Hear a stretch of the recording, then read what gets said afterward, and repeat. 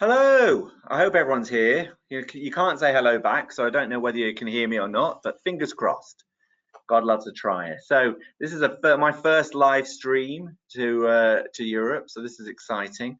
I feel like I'm on the Eurovision Song Contest. So obviously you guys have been through some of these before, so you know the score, you know how it works, and I'm going to just advance the slides myself. So obviously you know some housekeeping to oh, it's not working. Why is it not working? Great. Some housekeeping to start. So this is me. I'm Stewart Russell, a clinical pediatric neuropsychologist at the Royal Manchester Children's Hospital here in United Kingdom. And I'm going to talk to you about some things today. Oh, come on. Sorry, just getting to grips with things. There we go. So just some reminders about some housekeeping rules. Advise not to take screenshots, please. It's my intellectual property. Please don't reproduce any slides or content without our permission and my permission. Hopefully I'll get it done within 30 minutes, fingers crossed, although I have no idea of the timings. You can submit questions in the questions panel and we'll pick those up at the end. And questions can only be submitted by this facility. Well, I'll try and work through all the questions as much as I can and within the realms of my knowledge to the best of my ability. Fingers crossed that it's all okay. And apparently it's available online as well at this address. I didn't realize it was being recorded. I hate that. Never mind. We'll crack on. So I'm talking to you as you know, I'm a neuropsychologist. Lots of you probably have seen me around on the MPS circuit.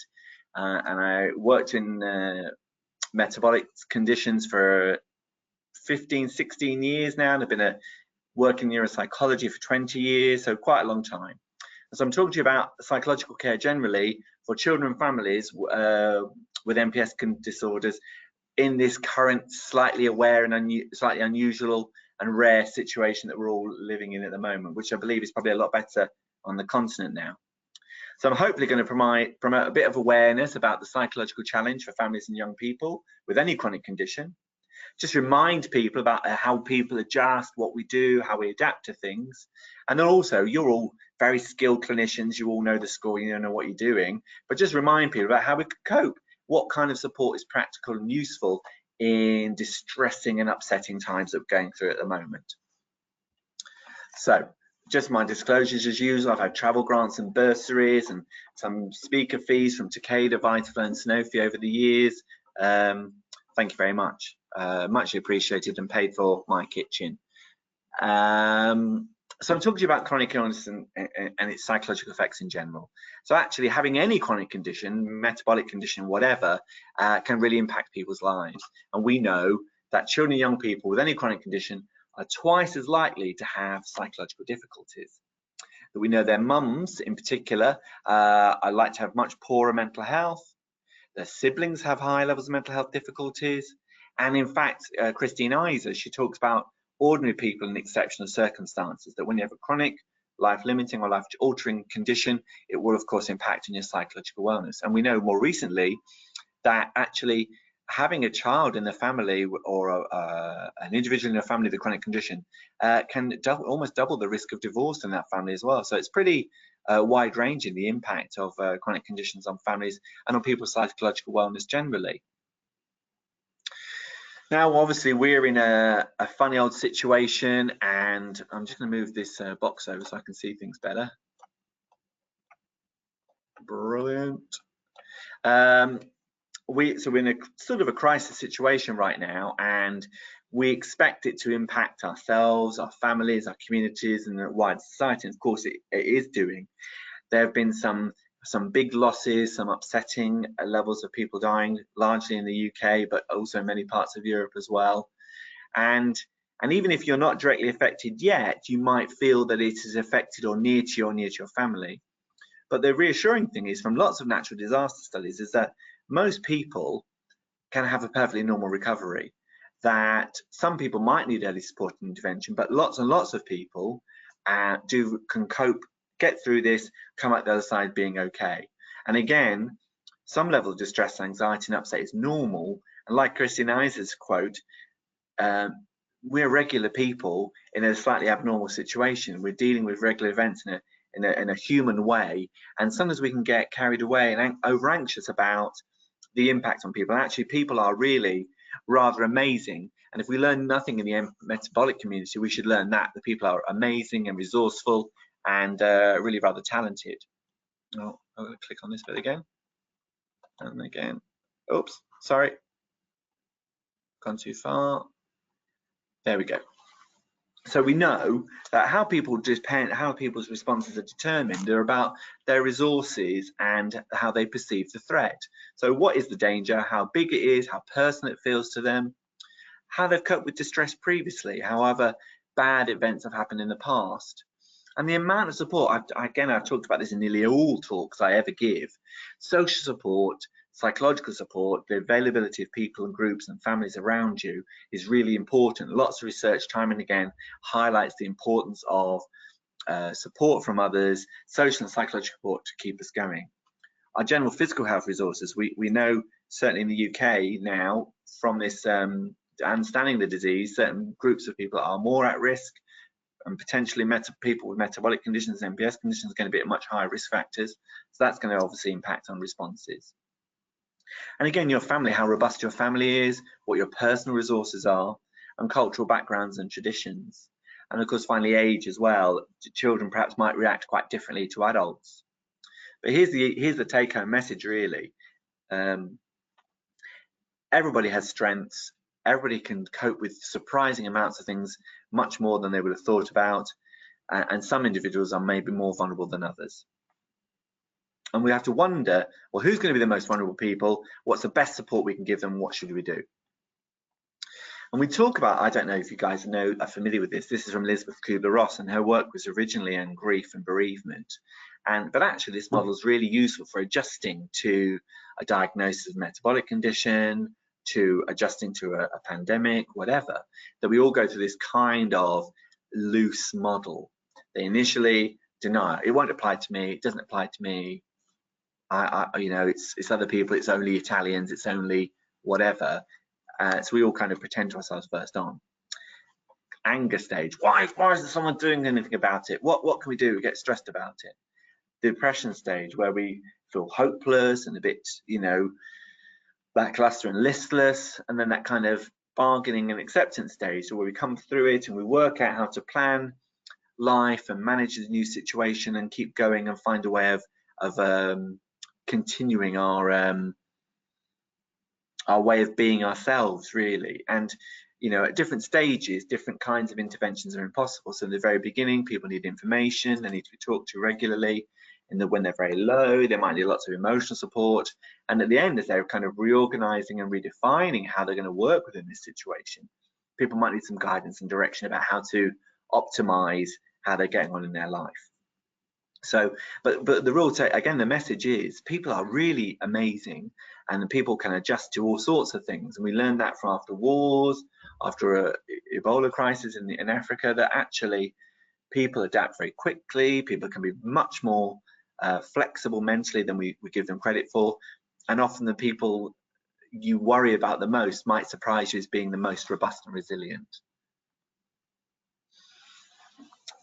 In the early stages, again, as a psychologist, I'm not one of these people who thinks everyone needs to see a psychologist and you need therapy for everything all the time. And in the early stages of adjusting to new life experiences and orders in this situation, people don't necessarily need lots of therapy. They don't need to come and see a psychologist and talk about how they are all the time.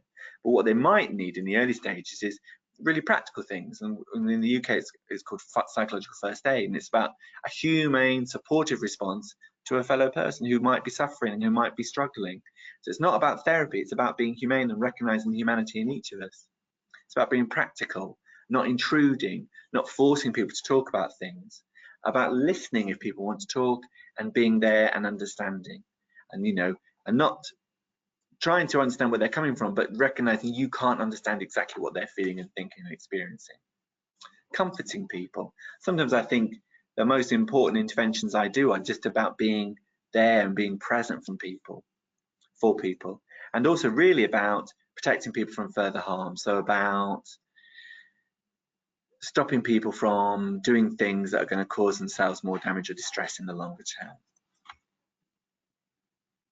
And it's not only for psychologists. It's not professional counselling. It's not debriefing.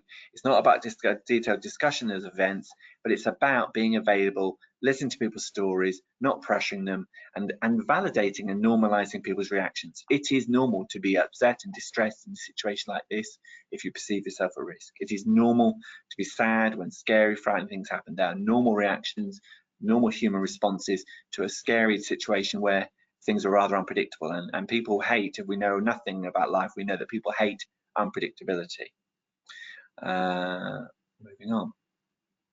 And so when you are going to meet people, when people are in crisis, or when people turn up in your clinics or distressed or upset, what we have to do is help people recognize their resources, recognize what they've got around them, and try and minimize the effect of their stress and distress. We want to validate how they're coming from. It's normal to be upset. It's normal to be just anxious and worried, and you're okay to have that reaction. And try, when possible, to connect them to things in their life to restore their function, to keep going in some way, in a healthy way. And there might be some people who you recognize as distress responses or stress responses are over and above typical processes and might benefit from additional support and care from the mental health system. But here's the things we really know that make people feel better and do the best after a very stressful situation. So about being safe, being connected, being calm, and having hope. Having hope is a really understated and important factor. Having hope for the future. Again, I said it before, I say it again, social support, social support, social support. It's kind of why I'm kind of frustrated about how we've not got schools better in this country, that we know that children and young people benefit largely from going to school. And in Europe, where the children are managing school with social distancing or managing school in a safe way, we know it's really supportive and normalizing for children and young people, and gives them connection and emotional support from people around them. We know about staff. Again, it's about social support from friends and colleagues, and peer support as well is really important as well, and that's what helps people recover the most. So again, you know, the driver is everyone needs therapy, everyone should see a psychologist, it's really terrible, it's so awful, but that's not necessarily true. Not everyone wants to see a psychologist. I don't know why. We're lovely, but not everyone wants to, and not everyone will benefit from that. So you can't force people. It's about making services available. We're here if you need us, but when you're just being a pediatrician or a doctor, again, it's about knowing what you can manage and what you can't manage. What can you contain, and when can you refer on, and who's there around to refer on towards. Always, always, always, you're all medical professionals, always, always, always have in the back of your mind about safeguarding and risk. You know, is this person at significant risk of harm to themselves or others? And always having your safeguarding hat on. Of course, you've got that all the time anyway. And when's the right time? Some people might require support when things are more settled, when they're in a more stable phase. Some people might require support right now, and it's about working out what's right for this person and coming to an agreement with them. And you know, in the UK, lots of things have gone online. We're doing lectures like this online, we're doing therapy online, we're doing things through new platforms that we've never done before, which makes it available more widely and remotely to a large number of people, which feels kind of positive perhaps, and perhaps gives us lots of options for the future as well. Again, I feel like I'm teaching my granny to suck eggs here. That's a British expression about being calm and showing understanding. I would really hope that as doctors and mental health professionals and nurses who work in the MPS field, you are really famous for being calm and showing understanding, because you're already used to communicating complex and sometimes distressing information. So actually, you can help people, you know, challenge that idea. Oh, it's something I did wrong, or I'm doing something wrong, or things I've done wrong, I've put myself at risk, or my children, or whatever. But recognizing that people are operating within the limits of their understanding, their ability, and that actually most people are doing their best, and that is great. People might want to offload and tell you a story, and I know sometimes as doctors and pediatricians and nurses and things, you might have much less time to manage that. I know I'm lucky that lots of my appointments are one hour long or something, and so I have more time and space to give to people. But the next point is my difficulty. Don't talk too much and allow silences. I do often realize, and I'm sure you guys get the same thing, that people often come to you with some story or some explanation, and just as they're about to go, they drop the bombshell, the thing that's really, they really want to say, the most important thing, just as they're about to finish, and then, you have to keep up a space to get to the meat of the story they wanted to share with you. So allow for silences and be cool with that. I struggle with that. It's a challenge for me too. There might be, it's really important that COVID-19 is a new thing, it's a defining thing, it's a moving on thing, and language is really important. And we really need to be careful about how we talk about people through this pandemic. And we've always had to be careful in the metabolic community anyway, that we don't conflate people with their diagnosis. There are people with this condition or with something, or have had or have COVID-19 or being treated for COVID-19. There's been I really had to challenge people in our hospital that we referred to places as the dirty ward or the clean ward. And well, what does that mean? People in the dirty ward are dirty? So we've really had to challenge, really look at those languages. And I know in medical settings you are used to using language in a bit of a different way, but just be really careful. So it's not about, try not to label people. At the end of the day, the important to remember is people. We're all people. So let's not define anyone by the disease, their diagnosis, define them as people. Quarantine and isolation. So, as the weather warms up, it seems that things are relaxing a little bit, but we know again that people might find it really frustrating, upsetting, and difficult. We were working in and out, half at home, half in the hospital at the beginning, and then I'm in hospital full time now. But for some people, and for me, it was really, really stressful because I lived alone. It was just really, really boring. But again, if you're having reactions, anxiety, stress, worries, that's normal. This is really different. We don't normally live like this. So again, try and strengthen your digital relationships. Not easy for everybody. There's a concern that people with learning disability, older people, might be disenfranchised from networks because they don't understand technology. I don't really understand technology. Maybe I'm in that older category. And the level of support I've had to manage this. Think about relationship challenges. There has been an escalation in the UK, at least, of concerns about domestic violence.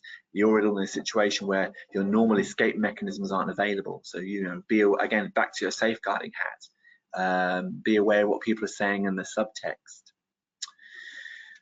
And get people to reflect on what's important to them and what they value, the health of their children and family, access to pastimes they can enjoy. Stay in the here and now. Make great plans for the future, yes, but what can you do today, right now, to keep you going? Be imaginative, yeah, great, but also make a routine. I've seen a couple of people online where at 2 o'clock, 3 o'clock in the afternoon, they're still in their pajamas. This is not good for people. Get dressed, get up, face the day. Don't stay in your pajamas all day. It will not help you. Sitting in your pajamas with bits of old cereal on your pajama top and, won't help you feel any better. Get up, get a shower, be clean. It does, changing what you do does change how you feel. Be productive. Try new things. I'm learning Spanish. I've been learning it for years, but I'm really concentrating on it now. Do things you put off for ages. I cleaned out the kitchen horrible rubbish drawer. Everyone's got one. Maybe it's the time. This is a good one. Limit the news. There's a temptation to feel, I must know everything. I have to be involved. I have to know how it affects me and my family. I think that can become overwhelming and too much for everybody, and certainly for children and young people. If you want to watch the news, watch it one time a day, deal with that, watch that, turn it off, watch something else, do something else. You can have too much news. Help other people. If you're mums and dads, you're all going to do that. If you're pediatricians, you're going to be helping all our patients. Actually, you get a lot of identity from being in our roles and our jobs. That's going to make us feel good. Think about, hopefully you've got supports around our families, and you are one of them. You guys, you doctors. So again, make yourselves available as much as possible to families. Be available online. Make those connections. Strengthen them. Oh, I like this one. Be kind. If you can do nothing else, you can be kind, can't you? But that includes to ourselves as health professionals and to our families. Be kind and understanding, and encourage them to be kind to themselves also. And finally, doctors are the worst at this. I must do everything today and whatever. But you've got to get rest. You've got to get some sleep. You've got to get some exercise. You've got to have a balance in life, and share and talk. It doesn't have to be with a psychologist. with everybody, and acknowledge lots of people are probably feeling the way you're feeling, and that's okay. And so for our parents, the families we're working with, talk to them about keeping their children close, being aware of what they're happening and what they're doing. There's a temptation that kids can sit on tablets and off they go, and the kids might be quite happy doing that, but maybe as carers we shouldn't really let that happen so much. Help encourage routines, encourage some school time in the morning, some more relaxed time in the afternoon. Encourage parents to be aware of their own stresses and their own discussions about COVID in and around children. Children have got really big ears and they can hear things and pick up things and get things wrong. So it's really important that we can challenge any misunderstandings or that crop up really quickly on.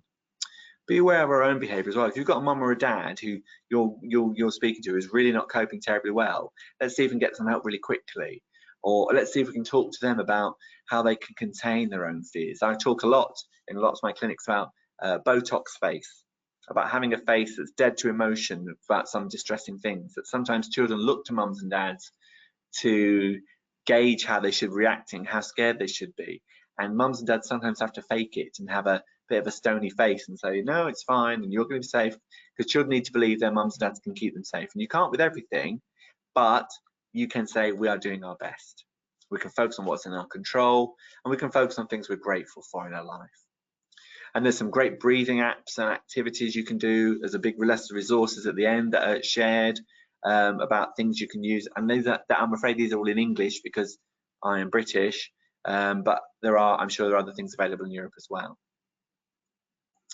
And again, there are sources of information targeted to children and young people that we can encourage to be shared as well. There's a new Gruffalo rewrite. All right, said the Gruffalo, bursting with laughter. You go ahead, I'll follow 2 meters after.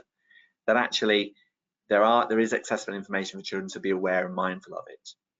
And again, I said before, adults need to be really aware of how they are, how their own reactions are, but what information to provide, what not to provide, what can be held back. Be really reassuring, don't lie, we never lie, but you don't need to share all the facts. Again, same for ourselves, same for our children, limit media overload, and be aware of how you're reacting. If you're not coping very well, get help for you as a carer, as a professional, or encourage your parent to get help, because actually the kids need to see them coping really, really, really well. And so again, we have to think of our hierarchy of needs, about safety needs, personal safety, self-esteem, about things of achievement, and finally, living up to our potential. Maybe we're not living up to our potential right now, but we are hopefully doing things to bolster and maintain our self-esteem. It is really important to remember, despite what's happening around us, you're still the same person. That actually, if you've managed a day that could be really stressful, well done you. And actually, by doing that and modelling that, you're modelling it to your children and young people around you as well, and the parents who see you in clinic, etc. That, have you done amazingly full clinics that day and got through it and survived and got your notes done? I'll never manage it. Let me know how. It's difficult for us as again health professionals to think we have the solutions, we know the answers, and we don't. But we have to stay focused on what we're doing. If you run away too often, nothing gets achieved. What we really want to kind of focus is most people will get through this okay. Most people will be fine, they're stable, they're better than they think, they're more stable than they think.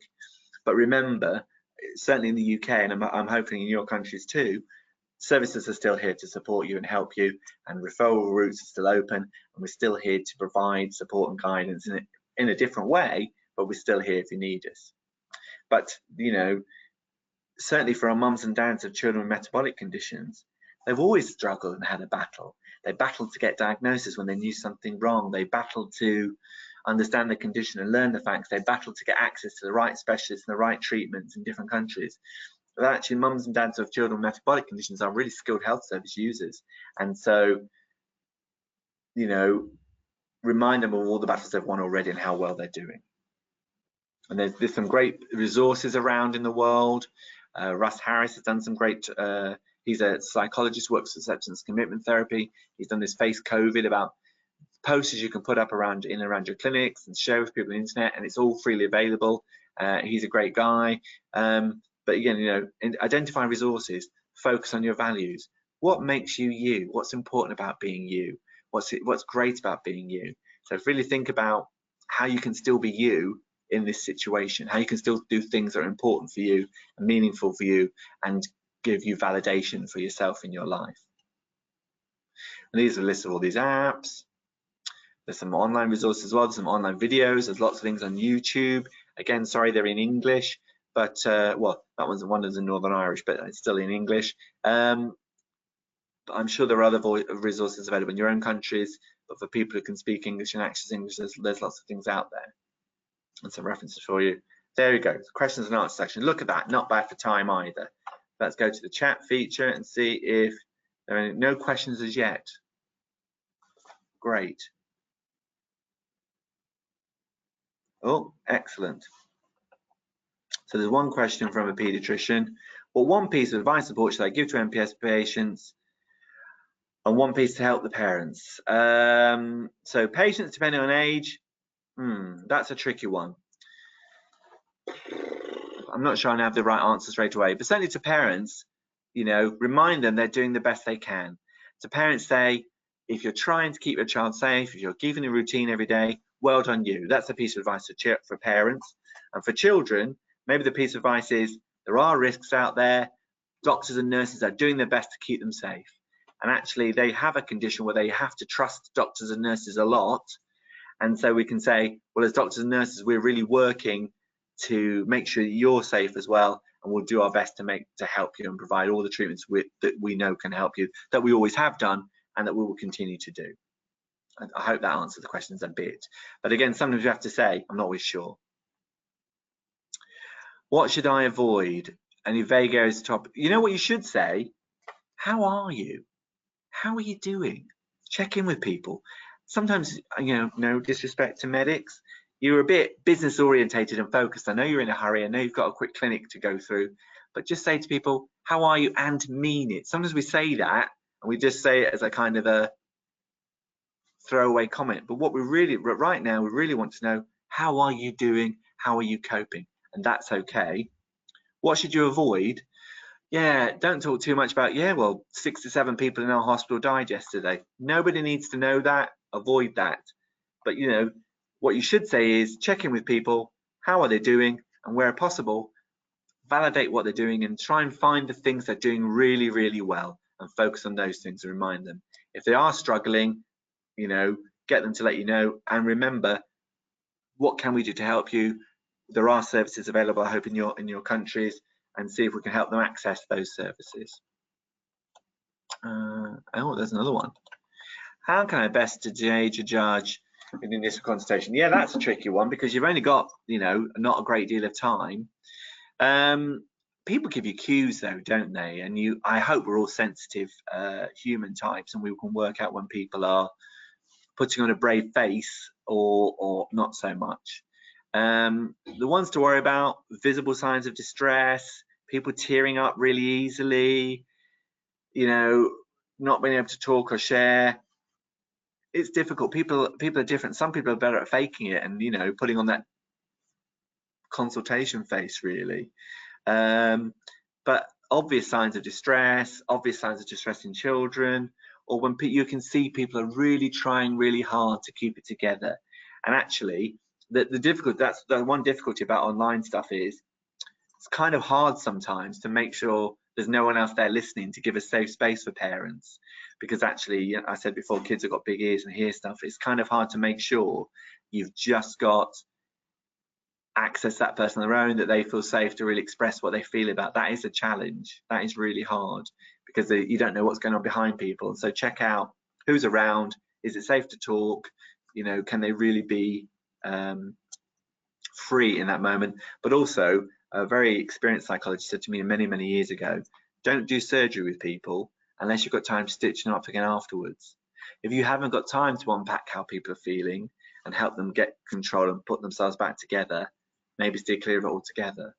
But actually, if you're going to check in with people and ask how they are, you know, make sure you've got the time and the space to let them express a bit if they need to. But, you know, ideally, there should be at least some time in consultations where you can just speak to mums and dads, or just speak to the young people to give them the space to be honest if they want to be, if they need to be, if they have to be. Great. That was a good question. No further questions. Great. Well, thanks very much, everybody. Look at that, bang on time. I hope you found it helpful. 51 of you people stayed to the end. Fingers crossed you liked it. I'm sure there's a way of updating. Thanks very much.